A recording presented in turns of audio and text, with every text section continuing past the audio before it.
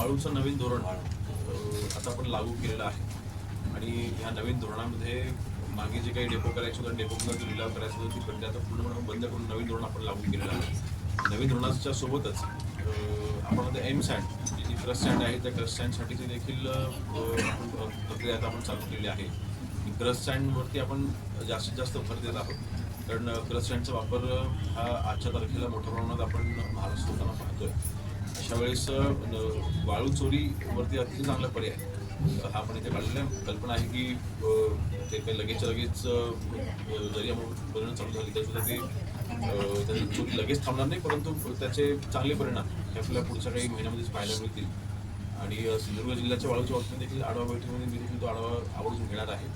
किती आपण कारवाई आजपर्यंत केलेल्या आहेत, कोणाकोणावरती केलेल्या आहेत आणि त्यांना थांबवण्याकरता आपण काय उपाययोजना केल्या आहेत, नवीन वाळूचं धोरण लागू करण्याकरिता अधिकाऱ्यांकडनं काय काही इथे पावलं उचलली गेले आहेत त्याचे सगळं आढावा सुद्धा घेणार.